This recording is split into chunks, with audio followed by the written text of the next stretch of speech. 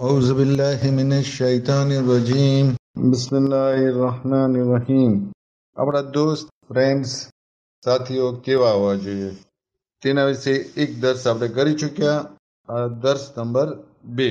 પહેલા દર્શમાં આપણે જોયું કે ગુનેગાર લોકોની દોસ્તીથી દૂર રહેવાનું અને આપણા દોસ્તો હોય એ સારા હોવા જોઈએ, નેક હોવા જોઈએ, દીનદાર હોવા જોઈએ. કેમ કે દોસ્તીની અસર આપણા ઉપર થાય છે. આપણા દોસ્તની સારી અને ખરાબ આદતો, ખરાબ સિફતોની આપણા ઉપર અસર થાય છે. અને એક આપણે રસૂલુલ્લાહના જમાનાનો દાખલો પણ સાંભળ્યો હતો કે ખરાબ દોસ્તી દુનિયા અને આખિરત બંને બગડી ગઈ.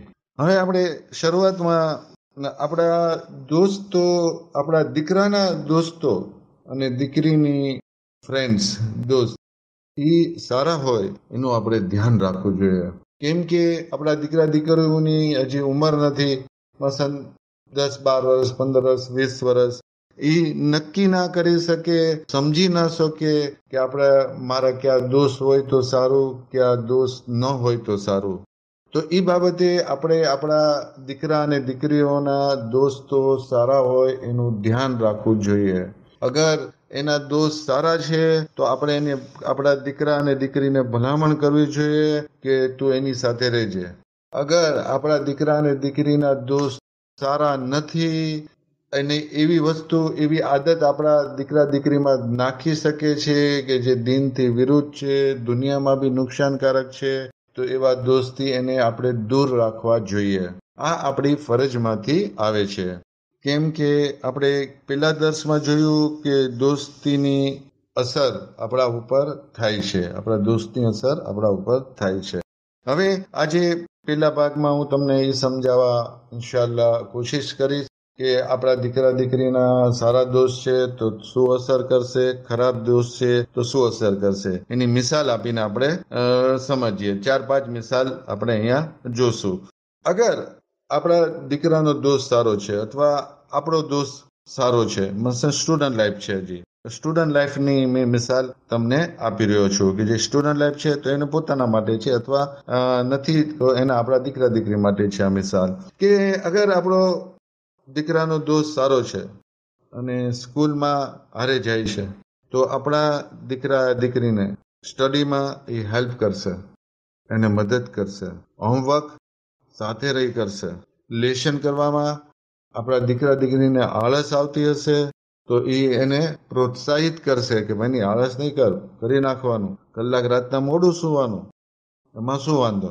એ આપણા દીકરો વીક હશે છતાં બી એ આપણા દીકરા દીકરીને હારે રહી અને સારા માર્ક સાથે એ પાસ કરાવશે. અગર ખરાબ દોસ્ત છે તો એની અસર બી જોઈએ. આપણો દીકરો દીકરી લેશન કરતા હશે, અરે મેચ બરાબર જામી છે ક્રિકેટની, લેશન મૂક પડતું પછી કરજે ભાઈ, ઘણો ટાઈમ છે, આપણે લેશન મુકાવશે. હોમવર્ક કરતા હશું તો કે છે અરે હોમવર્ક કોણ પૂછે છે, ક્યાં કોઈ પૂછે, ક્યાં કોઈને કાંઈ પડી છે, હોમવર્ક મુકાવશે. આપણે હવે હું ખુદ દીકરા દીકરીની મિસાલમાં આપું છું કે અગર આપણે એની સાથે રહ્યા તો માઇન્ડ પાસ થશું અથવા ફેલ થશું. કેટલા એવા કિસ્સા છે કે જિંદગીમાં લોકો યાદ કરતા હોય કે 10મામાં હું બહુ હોશિયાર હતો, પણ મારે ફ્રેન્ડશીપ એવા છોકરા સાથે થઈ ગઈ ને કે જે રખડું હતો, હું એની હારે ચડી ગયો, 10મામાં સારા માર્ક ના આવ્યા અને ફેલ થયો, ને પછી આખી જિંદગીના ઢસડા. ભણ્યા નહીં, પછી રોજી તો લિમિટેડ જ રહેવાની. શું થવાનું? ભણ્યા હોય, સારું ભણ્યા હોય તો સારી રોજી, પુષ્કળ રોજી મળી શકે. ભણ્યા નહીં તો શું થાય? તો જિંદગી ભરનો પછી અફસોસ. બીજી મિસાલ, બીજો દાખલો, સારો દોસ્ત છે, આપણે જમાત નમાઝના રેગ્યુલર નથી તો એ આપણો દોસ્ત કે છે અરે જમાત નમાઝ પડવા કેમ નથી આવતો તું? નમાઝ પડવા તો આવું જોઈએ ને જમાતમાં, આપણે ફ્રી હોય, સ્ટુડન્ટ લાઈફ શું થઈ ગયું, હું તને કાલ ફોન કરીશ, તું આવજે, કાં તો હું તને રસ્તામાં સ્કૂટર ઉપર લેતો જઈશ. આપણને જમાત નમાઝની આદત પડાવી દેશે, એ સારો દોસ્ત. અને આ જગ્યાએ ખરાબ દોસ્ત શું કરશે ખબર છે? આપણે નમાઝ પડવા જતા હશું, ઘરેથી નમાઝ પડવા મસ્જિદે જવા નીકળ્યા, ત્યાં રસ્તા મળે, એ સિજ્જાત હાલ મારે માવો ખાવા, પાન ખાવા, સિગરેટ પીને આવ્યા. આપણે મસ્જિદ જતા હશું, એ આપણે સિગરેટ પીવા પાન ખાવા લઈ જશે. આપણે પાન તમાકુ નહીં ખાતા હશું એટલે થોડુંક ચાક તો ખરી, માવો ચાક, એટલે 2 ઘૂંટ મારામાંથી સિગરેટના. મસ્જિદ મુકાવી અને સિગરેટની આદત પડાવશે, પાનની આદત પડાવશે. આ ખરાબ દોસ્તની અસર. અને આ જગ્યાએ પાછો સારો દોસ્ત સિગરેટ પીતા ભાળશે આપણને. સિગરેટ મૂકી દે ભાઈ, તું આદત નહીં પાડ, તું પીતો નથી, શું કામ આદત પાડે છે? આપણે અગર નહીં માનશું તો આપણા ડેડી મમ્મીને ફોન કરશે કે જો આ સિગરેટ પીવાનું શરૂ કર્યું છે નવું નવું, તમે આને રોકો. અને આપણે સિગરેટ પીવાથી રોકી દેશે. આ ખરાબ આદતથી કે જે આપણે જિંદગી ભર પછી અફસોસ રહે, એ આદતથી આપણને રોકી દેશે. માહે રમજાન ચાલે છે, રોજા, ગરમીના દિવસો છે. આપણો દીકરો કદાચ કોઈ દિવસ વિચાર કરશે કે યાર બહુ ગરમી છે, કાલ રાખો કે નહીં. તો સારો દોસ્ત હશે ને, અરે વિચારે ના કરતો, હા નો રાખવાનો. અલ્લાહ આપણને હદથી વધારે તકલીફ આપતો જ નથી. સહન ન કરી શકીએ એટલી તકલીફ આપતો જ નથી. રોજા તો રાખવાના જો ભાઈ. એક રોજાના 60 રોજા રાખવા પડે, ખબર છે ને? આપણને રોજાથી પ્રોત્સાહન કરશે અને આપણી હિંમત દેવડાવશે. અને ખરાબ દોસ્ત હશે તો આપણે તો ભાઈ કાલે રાખવાના નથી. બહુ ગરમી પડે, કેવી ગરમી, કેમ રાખવા? આપણે મૂકશું, ચાલો એક દિવસ રોજો પાડો. મક્તબ જાવું, દર્સમાં જાવું, મજલિસમાં જાવું. સારો દોસ્ત હશે તો આપણને મજલિસમાં, દર્સમાં, મક્તબમાં હારે લઈ જશે. અને પાછું કહેશે કે ભાઈ ઓનલાઈન બહુ સારા દર્સ આવે છે, બહુ સારા લેક્ચર આવે છે. મસન મદ્રેસતુલ કાયમના, સબીલ મીડિયા વગેરે કેટલા સારા દર્સ આવે. વિડીયો બહુ જોવા જેવા હોય છે. દરરોજ જગ્યાએ અડધી કલાક સાંભળવા જોઈએ.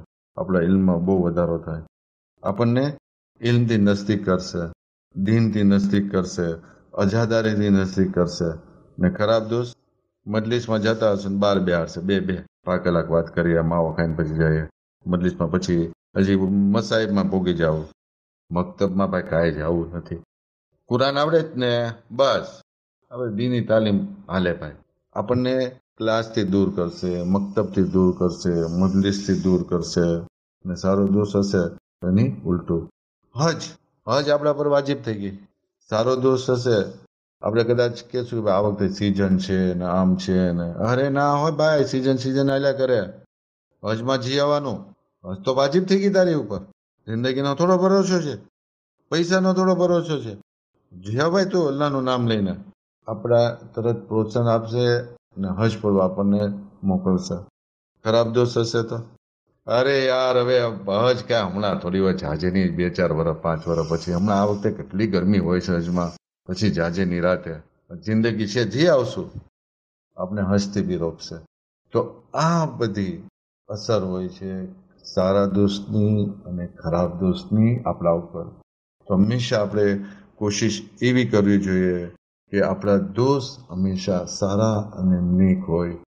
બીજા દર્શમાં આપણે ખાસ કરીને સ્ટુડન્ટ લેવલના વિદ્યાર્થીઓ અને વિદ્યાર્થિનીઓ માટે, દીકરા દીકરીઓ માટે મિસાલ આપીને સમજવા કોશિશ કરી.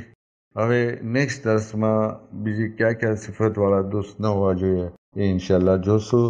અલ્લાહ પાસે દુઆ છે જે કે આપણે બોલ્યા અને સાંભળ્યું તેના ઉપર અમલ કરવાની તૌફીક આપે અને આપણી રોજીમાં ખૂબ બરકત આપે. હર બલા, બીમારી, આફતથી આપણને હિફાજતમાં રાખે. વાખિર દાવાના અનિલ હમ્દુલિલ્લાહિ રબ્બિલ આલમીન.